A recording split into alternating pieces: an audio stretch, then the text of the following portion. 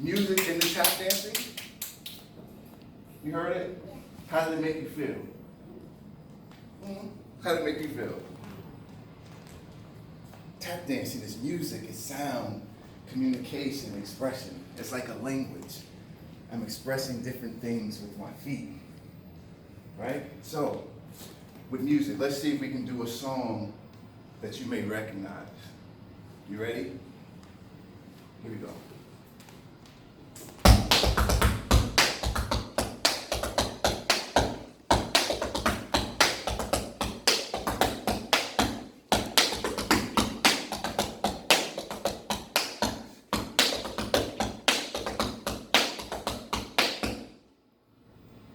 Do you know that song? What is it? That's it. Smooth Criminal by who? Michael Jackson. You know that song? Oh, you do? Okay, I thought it would be a little before your time. All right. You have any questions for me about tap dancing? You have a question? All right, what's your question? How old were you when you started tap dancing? When I first started tap dancing, I was about 9 or 10 years old. I'm originally from Miami, Florida, and my father is the director of a place called the African Heritage Cultural Arts Center. So every summer, my brothers and my sister and I would take classes, and they eventually added tap to the curriculum. And I started taking tap dancing, and at first he was kind of reluctant to like buy me tap shoes because, you know, I'm sure you may be going through the same thing. When we're kids, we like to do so many different things. So, unfortunately, he was spending his money on a lot of different interests that I had. So he didn't want to buy me tap shoes at first because he was like, well, maybe I don't want to end up wasting my money again. So I kept going to class, and I would go to class, and I would take class in my sneakers. I would bring some type of dress shoe with a leather sole to get more sound out of the floor. And they told him, Mr. Davis, your son is really getting good. I think you should buy him a pair of tap shoes. And finally, he bought me my first pair of tap shoes.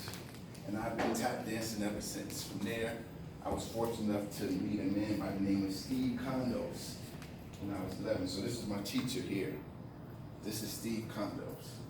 So he took me under his wing, and he taught me everything that I know and some stuff that I'm still trying to figure out. You have another question? Did you have a teacher? My teacher? Yes, this was him, Steve Condos. This is my teacher. I work with Steve Condos. I work with a gentleman by the name of Ed Holland, by the name of Ted Levy.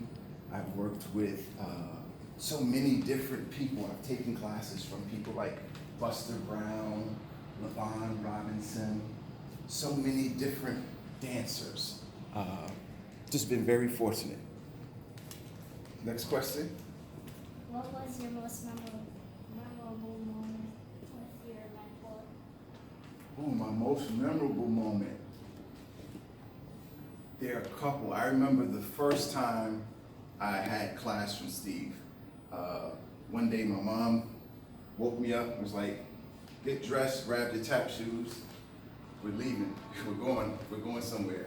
So, as we should do, I obeyed my mother. And I got my tap shoes, got dressed, got in the car, her and my father. We went for a drive, and we pulled up to this house, and we knocked on the door. And when we knocked on the door, Steve came and opened the door. And I was in shock because I didn't know I was going to be working with him. So it was such an honor. He's what's known as one of the tap masters. So you have so many tap masters, what I refer to as the true tap masters. People like, Steve Condos, Jimmy Slide, Henry Latane, John Bubbles, Baby Lawrence, Teddy Hale. Some of these names you can go and look up. Mabel Lee, Jenny Lagan, Lois Bright. All of these different dancers that you can go and look up. You guys can search them on YouTube. But that was one of my most memorable moments, was my first time meeting him. And the other time was the first time I got to perform with him. The first time I performed with Steve, it was kind of interesting because I was about maybe 12 years old. And what ended up happening was the band didn't show up for the gig. So we didn't have any musicians. So luckily Steve called some of his friends. Jay Corey was a saxophone player. But again, we didn't need the other musicians because we had our feet. And so we were able to make music with our feet. So he called me up and we went to dance and he would do something, I would do something. And we were having like a conversation, a dialogue, a communication with our feet. You have a question? What did your mentor tell you that kept close to your heart? The main thing he told me, and this was the first time we met, that I kept close to my heart was this. It was after our first class. And he said, if you think you're good now, imagine 10 years from now, if you continue to practice. So then, at that time, at 11, I started to envision myself. 10 years. Oh, wow. How much better I could be. And then he said, now imagine 10 years from there. And then it let me know that if you continue to work hard and continue to practice and put in the time and the effort, your growth and your progress is endless. It's infinite. You never stop. You never reach your peak. You just continue to, elevate and elevate and elevate. So you want to see some of the stuff that he taught me? Yeah. One of the things he was known for, his rudiments, and a lot of tap dancers have their rudiments, different things that they work on. But one of the exercises he would do was known as his double-digit rudiment. So what he did was he would take one step. So let's say we did this. Let me see you do this. Now try it on the other foot. Yeah, so. Now you try it. Right? So now he would take that and he would do each sound twice. So as opposed to, he would go 1, 2, 3, 4. You try it. 3, 4. So now he would take this step here. This is known as, he would call this 4 to the side. You could try it. Come on, let's try it. 1, 2, 3, 4. 1, 2, 3. So I would take that and practice it, and then you say, okay, now we do the double digit 4 to the side. And that would be this one.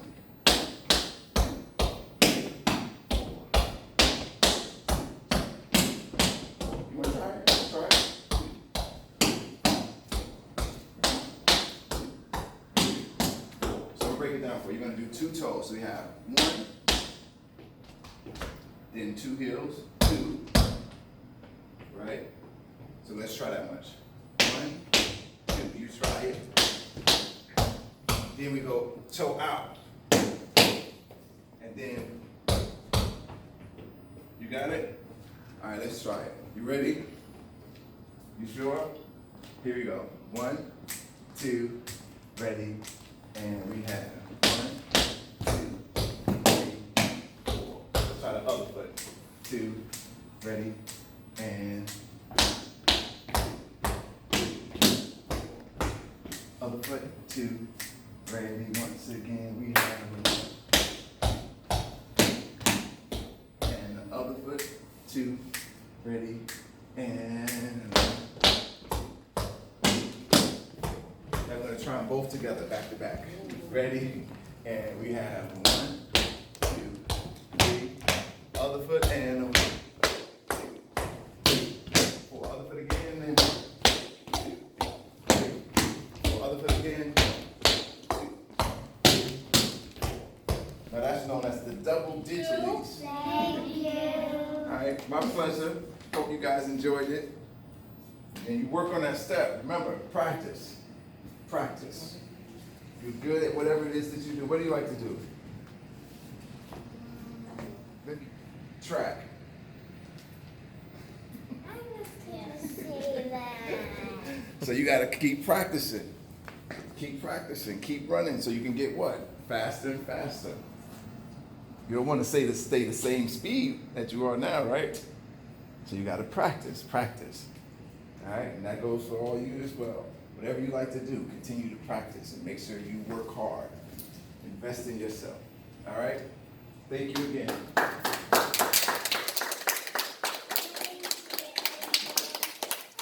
It's not in the room, it's in the group.